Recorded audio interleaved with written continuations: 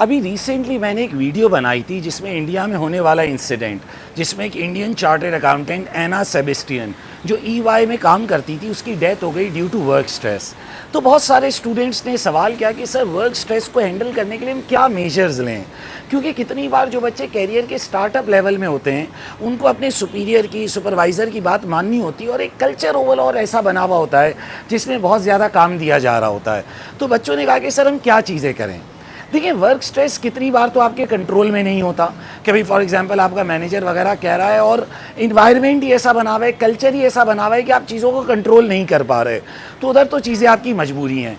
लेकिन उधर भी आपने एक चीज़ ये देखनी है कि जो हर गुजरता दिन है, अब ये आपने डिसाइड करना है कि आप वो पन्ना, वो पेज चेंज करोगे हर दिन का, या एक लेवल पर आप वो किताब बंद करोगे और अब नई किताब शुरू करोगे।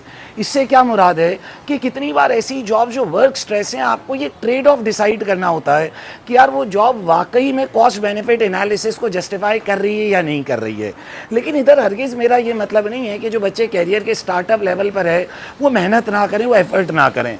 ज़ाहिर है कैरियर के स्टार्ट में एक ज़्यादा एफर्ट होती है और ज़ाहिर है बंदा उस वक्त यंग भी होता है, शादी भी नहीं हुई होती, यंग होता है, इतनी कमिटमेंट्स भी नहीं होती, तो बच्चे आमतौर पर काम करते हैं। लेकिन still balance is very important.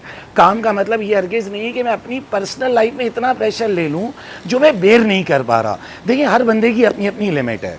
लेकिन इधर एक बहुत इंपॉर्टेंट एडवाइस जो मैं आपको देना चाहूँगा, देखिए बहुत सारा वर्क स्ट्रेस है जो आप मैनेज कर सकते हो सिर्फ अपने स्टाइल को चेंज करके। देखिए, एक है assertive style, to be assertive for your rights, कि भाई जहाँ नो बोलना है वहाँ नो बोलें। एक है पैसिव स्टाइल कि बंदा नो बोल ही नहीं पा रहा, और एक तो एग्रेशन है कि एग्रेसिव हो रहा है। हमारे यहाँ साउथ एशियन कल्चर में बहुत बड़ा मसला ये कि हम लोग ज़्यादातर पैसिव हैं। अब पैसिव का मतलब क्या है कि हम मना नहीं कर पाते और हम बहुत सारे ऐसे काम एक्सेप्ट कर लेते हैं जो असल में हमारे काम ही नहीं है।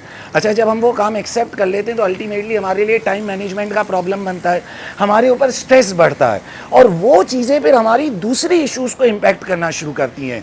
तो एटलीस्ट चीज़ों में असर्टिव होने की कोशिश करें।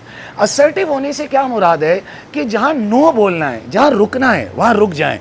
यानी जो चीज़ें आपको ऐसा लगता है कि विच आई कैन मैनेज, उसके अंदर आप नो बोलें। एटलीस्ट वो चीज़ें जो आपकी रिस्पॉन्सिबिलिटी नहीं है, आपको कोई ऐसा काम दिया जा रहा है जो आपके डिपार्टमेंट का काम नहीं है, एक बंदा आकर आपसे ऐसी फेवर मांग रहा है, तो आप पैसिव ना हो, आप असर्टिव हो, बोले यार मैं ये काम नहीं कर सकता, मेरे पास अपने कमिटमेंट्स हैं, मेरे पास अपनी रिस्पॉन्सिबिलिटी है जो मुझे पूरी करनी है।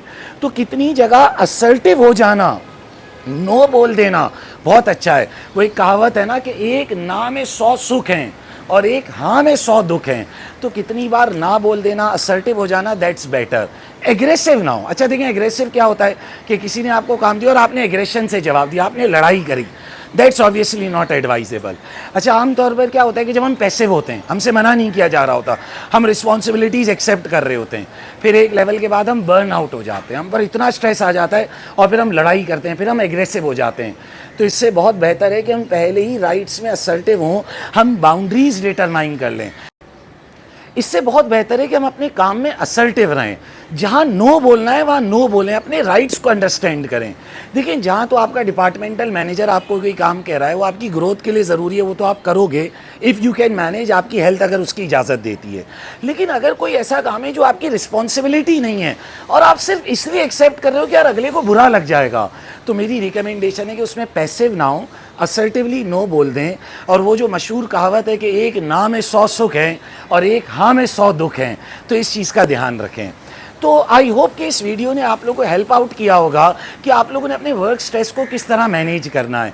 कोई अगर आप लोग की एडवाइस है, आप लोग का इनपुट है, तो ज़रूर मुझे कमेंट सेक्शन में दें, इंगेज करें, ताकि ऐसी मज़ीद यूज़फुल वीडियोज़ भी बन सके। Thank you everyone.